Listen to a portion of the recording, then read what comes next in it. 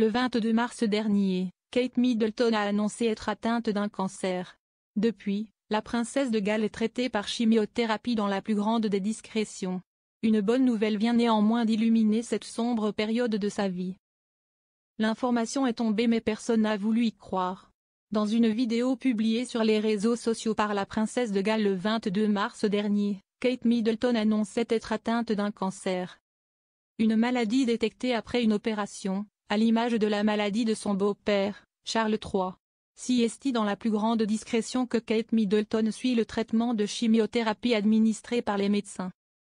Et si la maman de George, Charlotte et Louis, 10, 8 et 6 ans, se tient à l'écart de la vie publique depuis plusieurs semaines, elle n'est pas moins toujours engagée dans les causes qui lui tiennent à cœur. Une excellente nouvelle pour Kate Middleton. Kate Middleton n'a jamais caché son attrait et son implication dans le domaine de la petite enfance.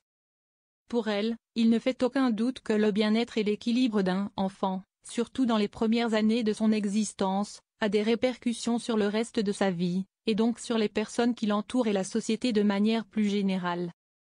Avec la campagne Shaping Us lancée en début d'année dernière, la princesse de Galles a fait de ce sujet l'un de ses principaux combats.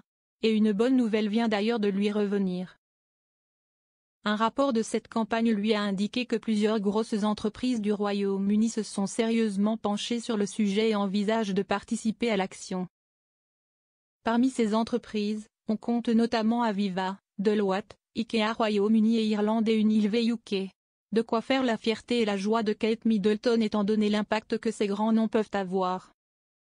La femme du prince William serait absolument ravie par cette nouvelle. Si Shaping Us est une question de sensibilisation, l'action a évidemment bien plus d'importance.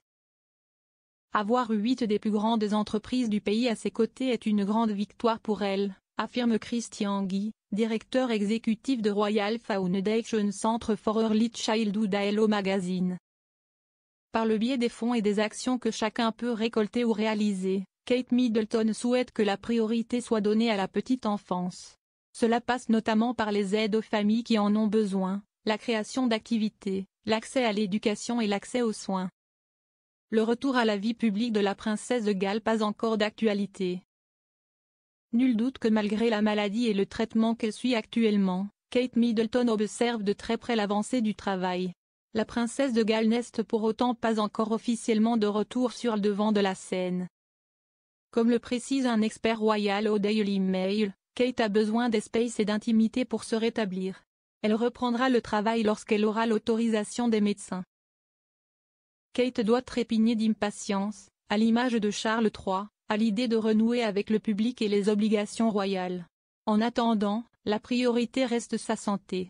Espérons que leur rétablissement ne soit pas loin.